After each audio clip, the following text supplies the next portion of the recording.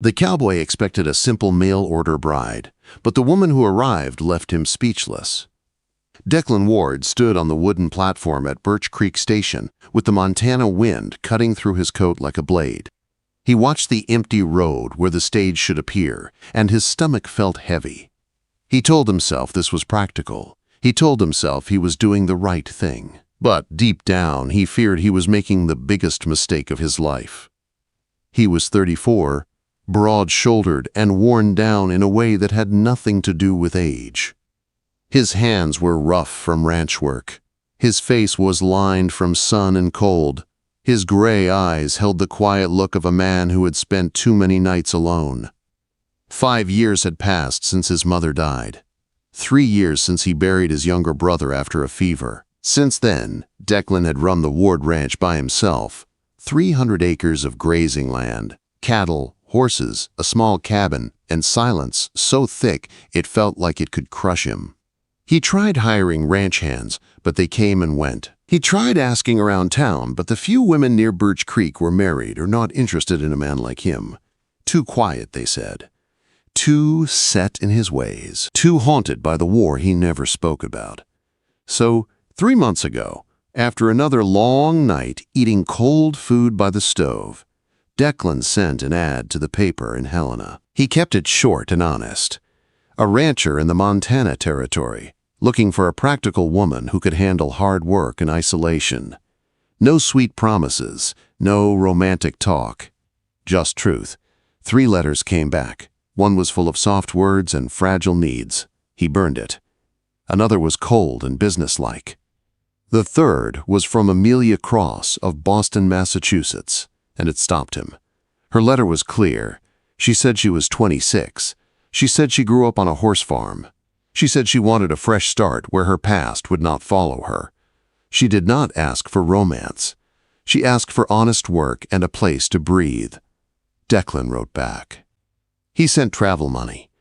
And for 8 weeks he tried not to imagine the face of the woman who would arrive. Now the stage was late, and part of him hoped it would never come. Then he heard it. The distant rumble of wheels, the jingle of harness. The stage rounded the bend, dust rising behind it like smoke, even in the cold air.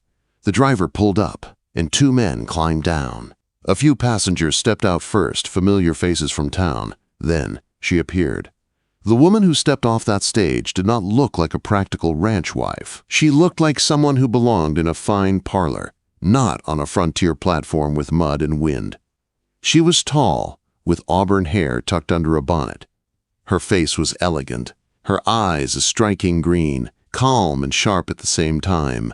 Even tired from travel, she carried herself like she would not be pushed by anyone. Declan's heart sank like a stone. This could not be his bride. A mistake had to be made. Women like this did not come to Montana to marry a broken man with dirt under his nails. But she walked straight to him, carpetbag in hand, chin lifted against the prairie wind. "You must be Declan," she said. Declan forgot to breathe for a moment. He pulled off his hat like a man who had just remembered manners. "Yes, ma'am. I'm Declan Ward." "Amelia Cross." Her voice was clean and firm, with the sound of Boston still in it. "I sent a telegram from Helena. I assume you received it." "I did," Declan said, though his mind was spinning. "Miss Cross, I think there might be some confusion. I wasn't expecting—" "You weren't expecting me," she said, not offended, only steady. "You expected someone plainer, older, maybe. Someone who looks more like the frontier already." Declan swallowed. "I didn't mean any insult." "I understand," she said, "but I am who I said I was. I can work. I will work. And I did not come all this way to turn back now." There was something in her words that made Declan look at her differently. Not pride, not vanity, determination. Like she was running from something worse than the Montana winter. Declan nodded toward his wagon. "If the arrangement still stands for you, it stands for me."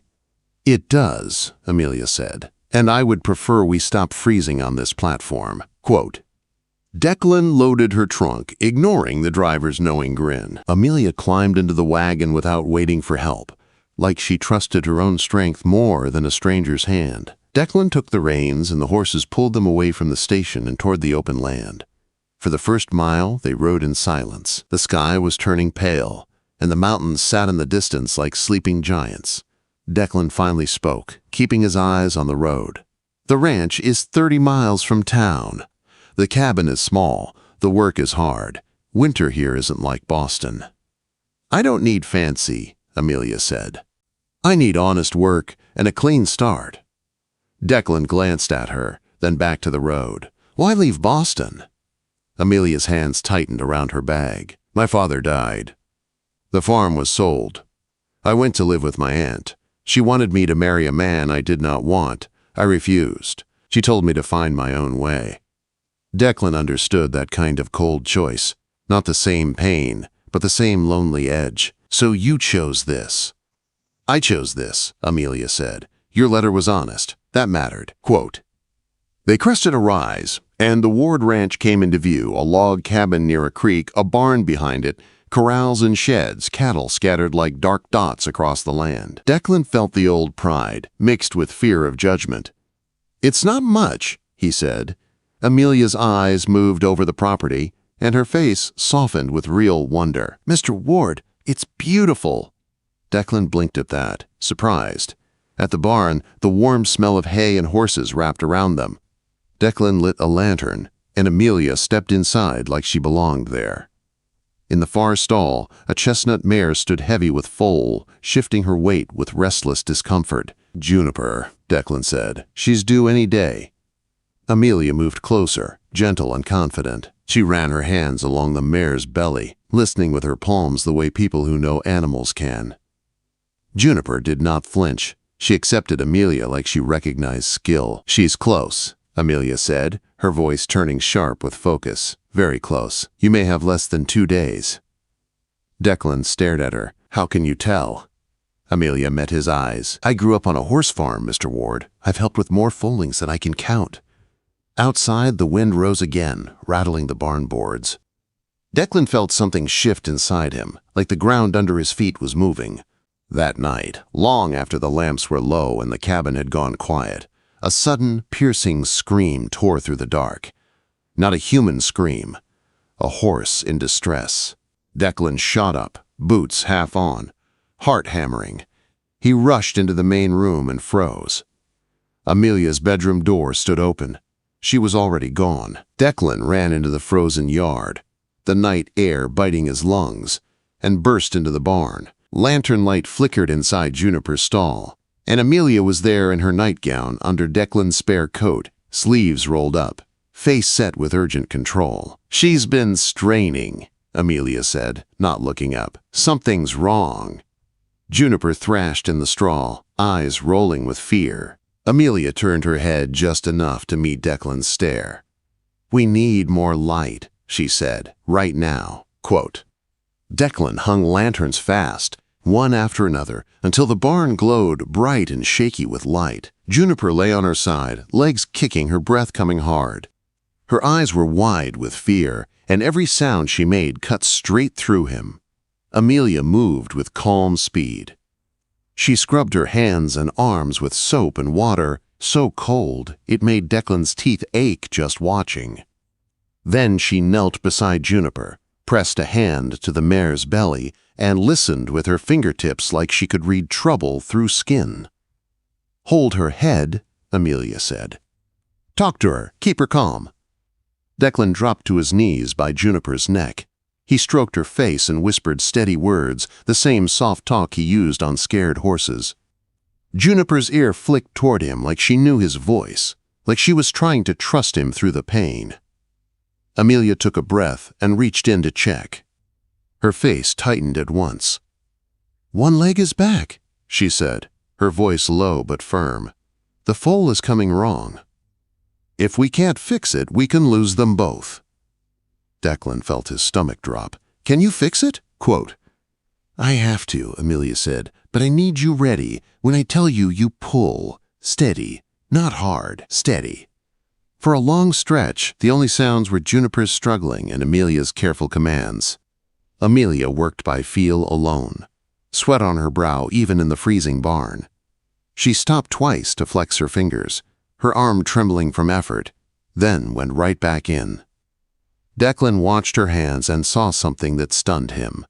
She was scared, but she did not quit. She fought for that mare and foal like they belonged to her. "Now," Amelia said suddenly. "She's about to strain. Ropes." Declan already had them. He looped the soft ropes where Amelia pointed, around the foal's legs. Juniper strained, and Declan pulled with Amelia, steady and firm, timing it to the mare's effort. Amelia's jaw was clenched. Her eyes stayed locked on what she was doing. Again, Juniper strained. Again, they pulled. The foal's head appeared, then shoulders, and then, with a rush, the foal slid into the straw. For one terrible heartbeat, it did not move.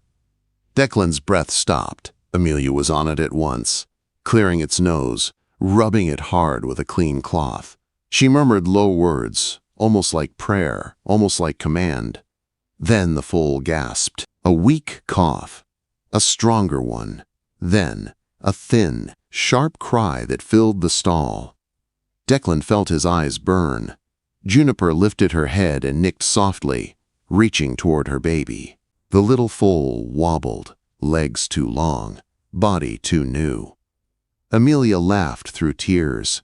"She's alive," Amelia whispered. "She's alive." They stayed with them until the mare settled, until the foal stood and found milk. Only then did Amelia sag back like her strength had been holding her up and had finally been allowed to let go. Outside, the sky was turning pale with morning. In the cabin, Amelia tried to clean up, but her hands shook so badly she could barely hold the soap. Declan pumped water for her and watched her breathe through the cold, watched her refuse to crumble even as her body trembled. "You should rest," he said. "I will," she answered. "After I know they're safe." Declan looked at her, really looked. Her hair had come loose. Her cheeks were flushed from heat and cold and fear. Her eyes were bright with exhaustion and pride. He had expected a pretty woman who would flinch at hard work. Instead, he had gotten a woman who had just saved his best mare and her foal. That morning, over strong coffee by the fire, Amelia met his gaze like she had something to prove. "I meant it," she said. "I can do this life. I am not leaving." "I believe you," Declan said, and it surprised him how much he meant it. Days fell into a rhythm. Amelia took to the ranch like she had always belonged there. She worked without complaining. She learned the cattle numbers, the feed, the tack, the chores. She gave Juniper and the foal extra care, checking them often. She named the foal Hope. Declan did not argue. Somehow, the name felt right. A week later, Reverend Mitchell came out to the ranch. He performed the marriage in the main room with the fire crackling and the wind pressing against the cabin walls. Declan spoke his vows with a steady voice. Amelia spoke hers softly, but with a strength that made Declan's throat tighten. After the Reverend left, the cabin felt different. Not larger, but warmer.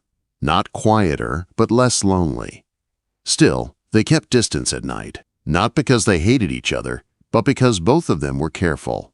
Both of them were wounded in ways they did not say out loud. Winter came hard. One afternoon in January, the sky turned gray like a bruise, and the wind rose fast. Snow hit the land in hard sheets, turning the world white and blind.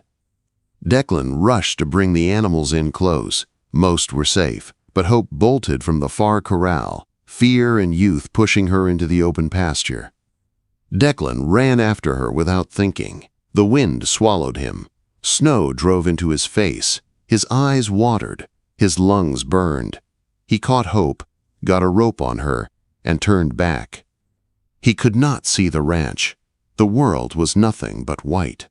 Declan kept walking, trying to trust his memory, but the cold sank into his fingers, then his toes, then his bones. His thoughts slowed. He felt the terrifying pull of sleep. He heard a voice, faint at first, then closer. "Declan!" Quote. He tried to answer, but his mouth felt stiff. A shape broke through the storm, Amelia tied to a rope around her waist. She had anchored the other end to the porch and followed it out like a lifeline. She grabbed his arm like she would not let go. "Follow the rope," she said. "Now." Declan stumbled beside her, leading Hope, half carried by Amelia's strength and fury. The rope guided them back through the white chaos. When the cabin finally appeared, Declan nearly cried with relief. Inside, Amelia stripped his wet coat and boots with shaking hands and pushed him toward the bedroom. "You're freezing," she said. "Get in the bed." "I'm fine," he tried to say. "You are not fine." She shoved quilts over him, then climbed in beside him, fully dressed, pressing against him. "Body heat," she said. "Be still." Declan shook so hard he could not speak. Amelia held him through it, rubbing his arms, whispering steady words until the shaking eased and warmth returned in painful stings. When he could finally breathe again, he turned and saw tears on her face. "You scared me," Amelia said. "I thought I'd lose you." Declan's voice broke. "I'm sorry. I didn't think. I just wanted to save Hope." "You matter more," she said, and her words hit him like a shot. Declan lifted a trembling hand and touched her cheek. He kissed her. For a heartbeat, she went still. Then she kissed him back, fierce and honest, like she was done being careful. Later, when the storm still screamed outside and the fire cracked in the next room, Amelia lay against him and stared into his face. "Do you want me here?" she asked.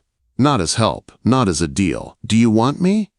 Declan swallowed hard. "I want you. I've wanted you. I was just scared." Amelia's eyes filled again. So was I. He held her tighter, and in that small bedroom, in the middle of a Montana storm, they stopped pretending this was only practical. They chose each other for real. Weeks passed. The ranch survived winter. Hope grew stronger. Amelia's laughter came easier.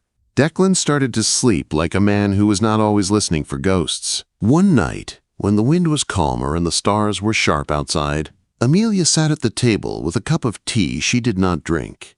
Declan watched her hands. They were steady, but her face was tense. "What is it?" he asked. Amelia took a breath. "I'm late." Declan frowned. "Late?"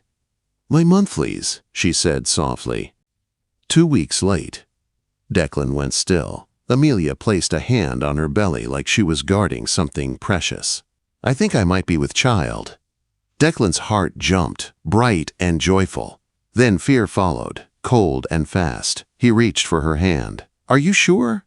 Quote, "I'm not sure," she said, "but I feel different, in the mornings, and I know my body." Declan kissed her fingers and tried to keep his voice calm. "We will be careful. We will prepare. We will get Doc Henderson here when the time comes." Amelia nodded, eyes shining. "I want this, Declan. I want our child." Declan pulled her close, holding her like he could shield her from every danger on earth. Then a sudden sound broke the quiet. A wagon outside. Hooves. Wheels. A man's voice. Declan and Amelia froze. Declan moved to the window and looked out. A well-dressed older woman climbed down from the wagon with the help of a driver. Her posture was stiff. Her face was pale. Her eyes were sharp and worried. Amelia stepped beside Declan, and the moment she saw the woman, all the color drained from her face. Her lips parted. "Aunt Margaret?" Amelia whispered. The woman on the porch looked like she belonged in a Boston parlor, not on a Montana ranch road. Her dress was travel-worn, but still fine. Her chin was lifted like she was trying to hold herself together, and her eyes locked on Amelia with a fear that looked too real to be pride.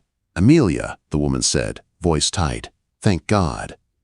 Amelia didn't move. Her hand went to her belly without thinking, protective and shaken at the same time. "Aunt Margaret." Amelia whispered again like the name hurt her mouth. Declan stepped forward, putting himself slightly between them without meaning to. Not threatening, just steady. "Ma'am," he said, "I'm Declan Ward, Amelia's husband. You should come inside. It's cold out here." Quote. Margaret's eyes flicked over him, quick and sharp, like she was judging the kind of man he was. Then something in her face softened. "Thank you," she said quietly. I would appreciate that. Inside the cabin, the fire snapped and hissed. Amelia poured water with hands that tried to stay calm but would not fully stop trembling. Margaret sat straight back at the table, like she was afraid to take up space. I didn't come to cause trouble, Margaret said at last. I came because I was wrong. Amelia's eyes narrowed. Wrong about what? About you, Margaret said. About what you needed. About what you deserved. I thought I was protecting you. I thought I was saving you from hardship. But I was trying to trap you in a life you didn't want. Amelia swallowed. You told me to leave. Margaret's face tightened with regret, and I hated myself for it the moment the words left my mouth. I was angry. I was frightened. I was proud. None of those are good reasons to break someone you love. Declan watched Amelia's face. He saw anger there, yes, but also something softer behind it. A longing that had been buried under hurt. Margaret took a shaky breath.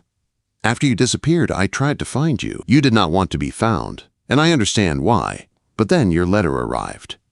Declan turned to Amelia. You wrote to her? Amelia nodded, embarrassed.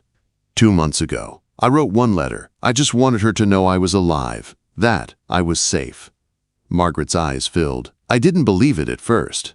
I thought you were pretending to be fine. I thought some rough man had taken advantage of you. I came to see with my own eyes. Amelia's voice turned cold. So you came to rescue me? Margaret lifted her gaze. Yes, if you needed it, but I also came to apologize, to beg you to forgive me before it was too late. Silence sat heavy in the room. Declan felt it like a weight, years of pain wrapped in polite words. He wanted to fix it, but he knew better than to try to speak for Amelia. Finally, Amelia said, very quietly, I am not trapped here. I can see that, Margaret said. I can see it in your eyes. I haven't seen you look like this in years. Declan glanced at Amelia again. The fear was still there, but there was also pride. And Mr. Ward, Margaret continued, turning to Declan, I expected to dislike you. Declan gave a slow nod. That's fair. I expected a man who wanted a servant, Margaret said. A man who would see Amelia's strength as something to control. But I have watched you since I arrived. The way you look at her, the way you speak to her, you treat her like a partner. She is my partner, Declan said. In work and in life. Margaret's lips pressed together, and for the first time she looked relieved. That afternoon, Margaret walked the ranch with Amelia. She touched the barn wall like she was surprised it was real. She looked at Hope with a small smile and listened while Amelia talked about foaling and feed and winter planning like the ranch had always been hers. In the garden plot, still bare under cold soil, Margaret paused and said, Your mother would have loved this life for you. Amelia's voice cracked. You never said that before. I didn't know how, Margaret admitted. I only knew how to demand obedience. I'm sorry. Amelia turned away, wiping her face fast. I'm not a child, Aunt Margaret. I know, Margaret whispered. That's what I finally learned. Margaret stayed in Birch Creek after that. Not in the cabin, but in town, close enough to help, far enough not to crowd. The townsfolk talked, of course, but in a different way now. Not about whether Amelia would run back east. They talked about how she had saved Juniper, how she had saved Declan in the blizzard, how she worked like a woman born to the land. Summer came. Amelia's belly grew round. Declan grew careful, then over-careful, and Amelia scolded him daily. I'm pregnant, she snapped one hot afternoon. Not made of glass. Declan took the bucket from her anyway. You're carrying my child. That makes you precious. Amelia rolled her eyes, but her smile gave her away. Doc Henderson arrived in late August to stay through the birth. Declan tried to act calm, but the fear sat in his chest like a live thing. He had seen death. He knew what could happen. Amelia knew too. One night, with the fire low and the cabin quiet, she pressed her hand to his cheek and said, Promise me you won't shut down if you get scared. Declan's throat tightened. Promise me you'll stay. Amelia met his eyes. I'm staying. I fought too hard for this life to leave it now. Labor started before dawn on September 7th. Amelia woke him with a calm voice that didn't match her eyes. It's time, she said. Declan ran for Doc Henderson like his life depended on it, because it did. Hours passed. Declan paced the main room until Margaret grabbed his arm and forced him into a chair. "Sit," she ordered. "You will not wear a hole in my niece's floor." Declan tried, but the sounds from the bedroom pulled him back to his feet again and again. Amelia's pain came in waves, some sharp, some low and grinding. Each sound made his stomach twist. Then the doctor's voice rose, urgent. The bedroom door opened. Doc Henderson stepped out with sweat on his brow. "It's a difficult presentation," he said. "The baby is stuck. I can try to turn and pull, but there are risks. We could lose them." Declan went pale. Doc Henderson held his gaze. "I need you to understand what I'm saying." Declan's voice broke. "Save Amelia." The doctor's face softened. "I will do everything I can." The door shut again. Declan stood in the middle of the room like a man waiting for a gunshot. He prayed without knowing who he was praying to. Then, after what felt like a lifetime, a thin cry sliced through the cabin. A baby. Alive.